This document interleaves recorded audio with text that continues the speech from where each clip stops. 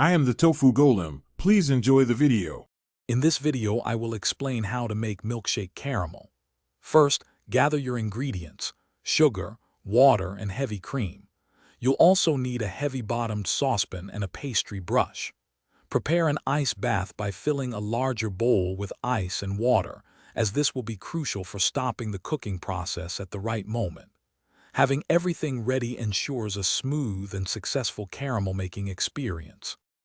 Now combine your sugar and water in the saucepan. Heat this mixture over medium-high heat without stirring. As it cooks, the sugar will dissolve and then begin to caramelize. Keep a close eye on it, waiting for a beautiful, rich amber color to develop. Once it reaches this stage, carefully and slowly pour in your warm, heavy cream, stirring gently to combine.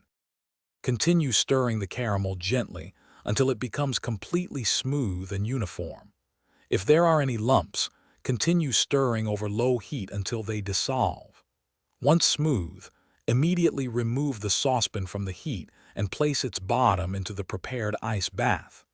This rapid cooling stops the cooking and prevents the caramel from becoming too dark or bitter. Your delicious homemade caramel is now ready to enjoy. Drizzle it generously over your favorite milkshakes, ice cream, or other desserts. For storage, transfer the cooled caramel to an airtight container and keep it in the refrigerator, where it will stay fresh for several weeks.